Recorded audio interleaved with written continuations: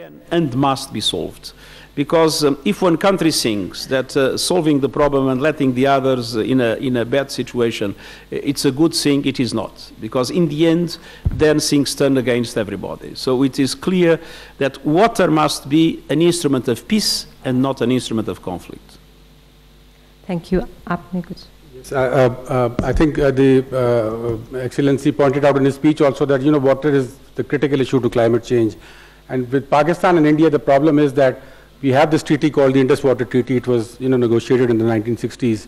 There are two main aspects which are missing in that. The first and the most important one is climate variance. Now, under the Indus Water Treaty, the water that comes in, there are two main sources, monsoons and the glaciers. And both are affected by climate change now. But we have not discussed this climate variance. It needs to be discussed. And the other aspect is the aquifer that I talked about. This is an aquifer we share with India. It is not a part of the treaty. So, because the drawdown is so large, it started getting affected. So I think there needs to be a dialogue on this, but, at the moment, there's no chance with what is happening right now. Next question. Okay, for the gender balance, the gentleman with a red tie. Mike, please.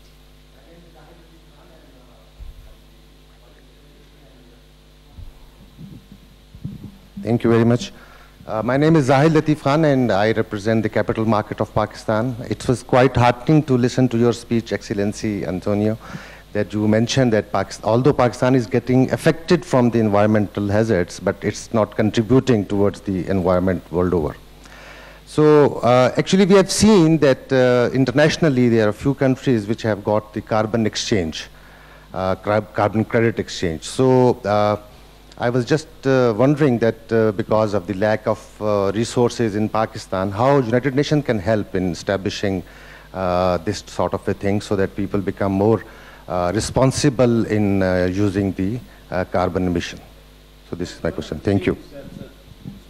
One of the things that my new special envoy, that starts with March, Mark Carney, has been trying to mobilize in his function today as governor of a central bank, is to mobilize all central banks in the world to establish new rules for the financial sector to be able to disclose the climate-related risks of financial operations.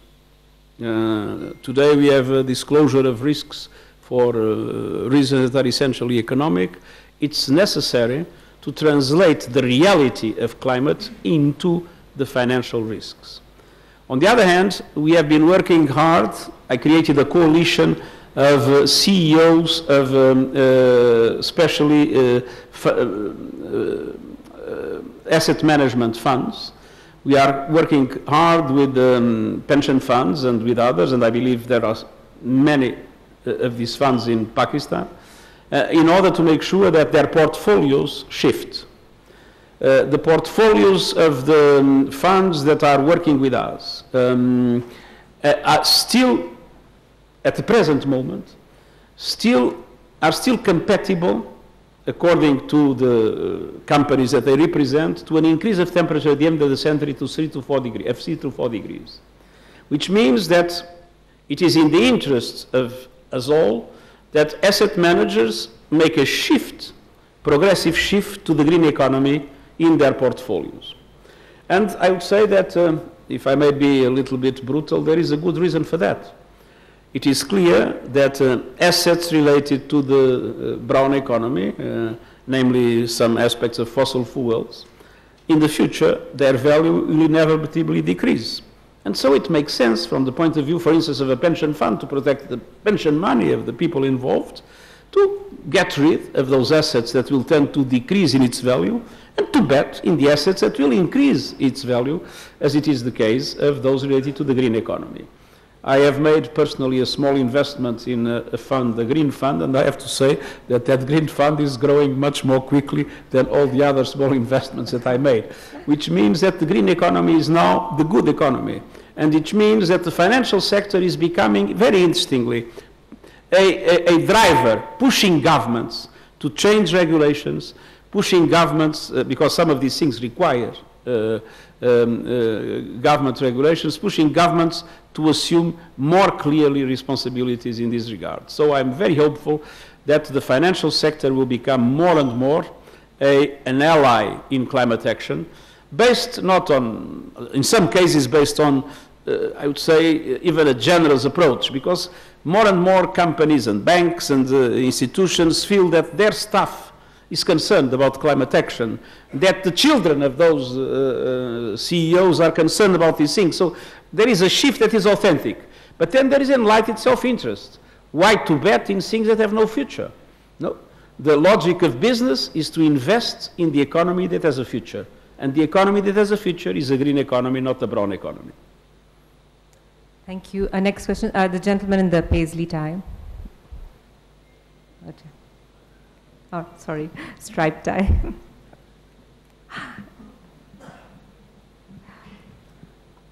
Thank you.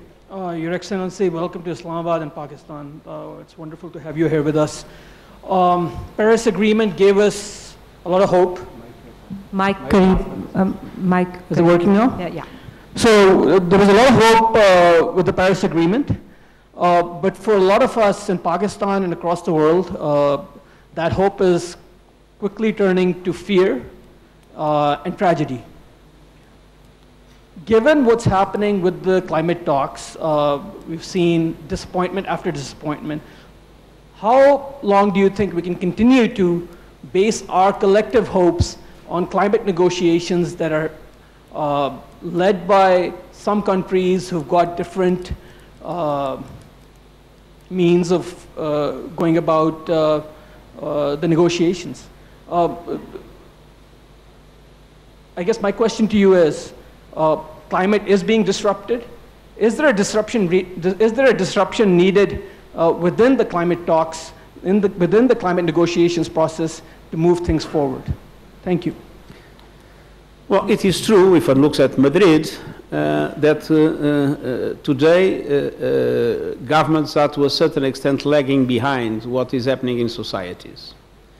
But it is also true that the pressure is mounting, and is mounting for a number of reasons. First, there are economic reasons. The green economy is becoming the most profitable one. My country, Portugal, has launched recently a bid for solar energy, for a number of plants of solar energy. And they got in the proposals for that bid the cheapest price ever for electricity anywhere from whatever source. No, so it is clear, and much cheaper than coal and much cheaper than natural gas, that my country is closing the coal plants, one in 2021, the other in 2023. Natural gas will still remain part as a kind of a, system of equilibrium of the network, but the bet has been in the renewables. And they got now prices that are astounding. I think, if I remember well, $14 per megawatt hour. But these I'm not so sure, it's just by memory. Which means that, to invest in fossil fuel production of energy is a mistake for the future. It is to have more expensive electricity in the future, which doesn't make any sense. On the other hand, we see that in all other areas, the green economy is becoming the most attractive. So there is a pressure I mentioned from the financial sectors. On the other hand, in Europe 2 years ago, and I speak for Europe because it's in my area, 2 years ago, all the elections, the key factor was migration. Last year, the key factor was climate. So public opinions are starting to put a lot of pressure on governments in relation to climate. And it's very interesting that because of that, the European governments have now committed, with the exception of Poland, but I hope that this problem will also be solved, to the carbon neutrality in 2050. Because the pressure of the electorate, was very clear. On the other hand, the movements of the civil society, the youth movement, is enormous. And I am quite convinced that we will witness in the next 1, 2, 3 years a much stronger commitment of governments to move forward. And I hope that it will be possible to translate it already in Glasgow. The key is the big emitters. And it's absolutely, more than 70 countries have committed already to carbon neutrality. But they represent only 15% of the emissions. The big emitters need to commit to the same objective. And we need now to do everything possible to make sure that the big emitters also assume that responsibility. And I think that there is also a growing conscience that in their countries that is needed. So we are not yet there. We are still losing the battle. But I think that the conditions are starting to be created for us to win the war. Thank you. Next question. The lady in the blue. Sorry, I'm going to go back to the women now. Assalamu alaikum. My name is Saida Hadika Jamshed and I'm working on carbon market project in Pakistan. On? Carbon markets in Pakistan. And I have a question for Honorable Secretary General. The developed countries are failing to keep their climate finance pledge of 100 billion each year. And without it, developing countries will not be able to cope up with the climate change impacts. So how exactly is the international community planning to ensure that this promise is fulfilled? Now, the question is to make sure that the commitments that were made, in particular the commitments to adaptation, are met. And this is what, as I said, we still need the clarification, and I hope that in Glasgow that clarification will be real. We are seeing also the mobilization of resources beyond that. We are seeing all the international financial institutions investing more and more money in these. We are seeing a big success, for instance, in green bonds everywhere. So I think there are reasons for hope beyond that. But one thing is clear, there were commitments made in Paris, namely by the developed countries. Those commitments need to be met in a transparent way. Would you like to add? Okay, next question, the gentleman in the yellow tie. Yes. Excellency, thank you very much. On behalf of the business community of Pakistan, I want to thank you for the sentiments expressed for the people of Pakistan. We love you too, sir. And sir, to achieve sustainable development, peace and security is a must. Peace and security is a must to achieve SDGs. Now, what is happening in Kashmir, it is affecting our economy, our business, and 220 million people, they have been waiting to listen to you, and those in Kashmir are expecting that you would play a role to ease their lives. It's 197 days that they are under oppression. Thank you. Well, thank you very much. First of all, I've always been strongly advocating the need for an enhanced dialogue between India and Pakistan, and even offered my good offices more than once. Of course, good offices can only be implemented if they are accepted by both parties. And we have been expressing very clearly the absolute need for human rights to be fully respected in Kashmir.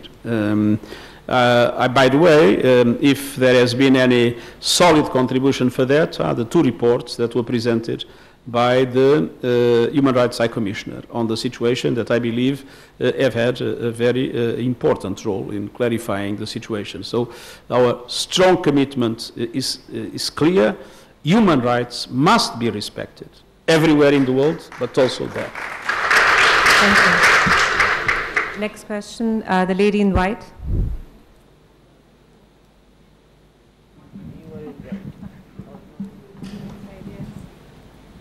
My name is Anam Zaib. I'm a climate change activist. What strategies does the UN have for addressing the melting of glaciers in the Hindu Kush Himalayan Karakoram region? And shouldn't this be a priority area in the new UN negotiations, given that it supplies billions of users downstream with water and their livelihoods?